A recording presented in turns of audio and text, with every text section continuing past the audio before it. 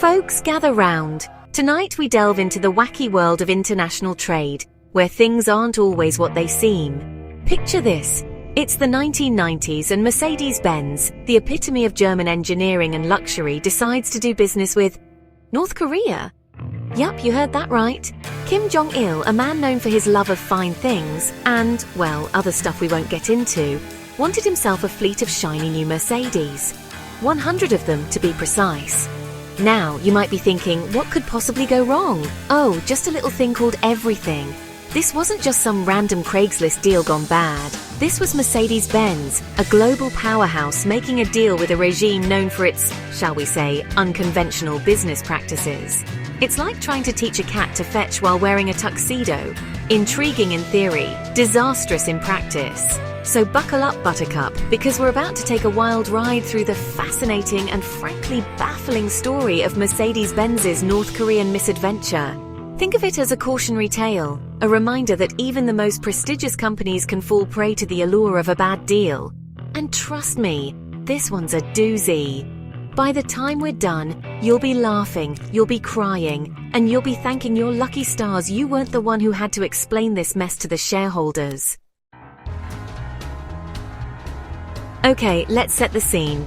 It's the early 90s, the Cold War is over, and everyone's feeling optimistic.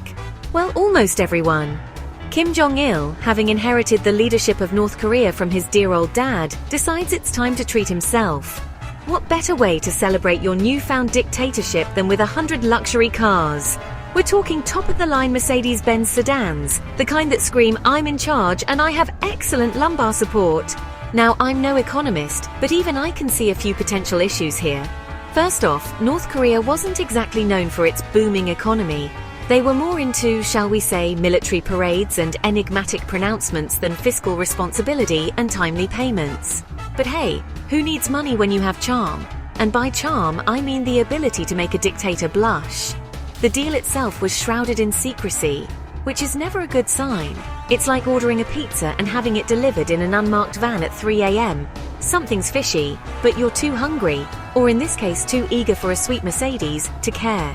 The exact details remain murky, but we do know that Mercedes-Benz agreed to supply North Korea with 100 of their finest vehicles. In return, well, that's where things get a little hazy. Some say it was a barter deal involving raw materials. Others whisper of promises of future business ventures. Whatever the case, it's clear that Mercedes-Benz was taking a gamble, and not the kind you win at a casino. This was more like betting your life savings on a three-legged horse named Economic Miracle. Spoiler alert, the horse did not win. Now, you might be wondering, did nobody at Mercedes-Benz think to Google North Korea before signing on the dotted line? Well, someone must have, because there were red flags waving all over the place. It was less a red flag and more like a giant flashing neon sign that said, "Danger! Turn back now!" First off, there were those pesky international sanctions. See, the United Nations wasn't exactly thrilled with North Korea's whole developing nuclear weapons hobby. They'd slapped a bunch of sanctions on the country, making it tricky to do business with them. It's like trying to sneak a birthday cake past a pack of hungry wolves. Difficult, messy, and likely to end in tears, mostly yours. Then there was the whole financial instability thing. North Korea's economy was about as stable as a Jenga tower built by a toddler on a roller coaster. They were notorious for defaulting on debts and generally being terrible at paying their bills. Dealing with them financially was like playing Russian roulette with your retirement fund. You might get lucky, but chances are you're going to end up in a world of hurt. But hey, Mercedes-Benz was feeling optimistic. They probably figured, how bad could it be? Oh, sweet summer child, you're about to find out. Well, the cars were built, polished to a shine, and shipped off to North Korea. I can only imagine the awkward moment when the delivery drivers showed up, expecting a check, and were met with blank stares and a shrug. Cash? What cash? We use smiles and good vibes here, comrade. Unsurprisingly, the payment never arrived. North Korea, it seems, had a slightly different understanding of the term binding contract. They probably thought it meant binding only if we feel like it, which in fairness is a pretty good deal if you can get it. Mercedes-Benz, meanwhile, was left with 100 luxury cars gathering dust in a North Korean warehouse and a giant hole in their accounts where the payment should have been. It's like throwing a party. having everyone eat all your food and drink all your beer, and then leaving without chipping in for the pizza. Except, with a lot more geopolitical tension and fewer party hats. So there you have it, the classic tale of a company getting played by a dictator. But the story doesn't end there.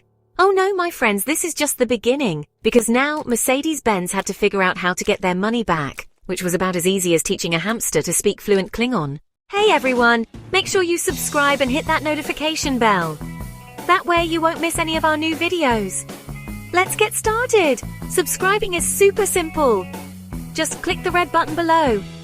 All done? Awesome! And if you like this video, give it a thumbs up and tell your friends. See you in the next one. Bye!